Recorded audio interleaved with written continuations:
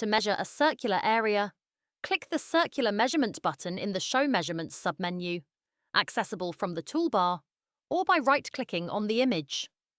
Alternatively, press the configured key binding, which is set to the O key by default. Then, drag the left mouse button to draw an ellipse. The area of the ellipse will be displayed in square centimeters. Additionally, for CT images, the mean and standard deviation of the intensity values are also shown and expressed in Hounsfield units.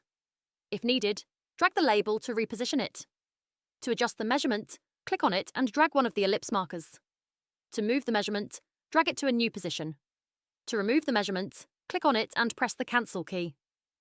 Alternatively, click the Remove Measurements button in the Show Measurements submenu to delete all unsaved measurements from the current image series. Unsaved measurements remain available only for the duration of the session.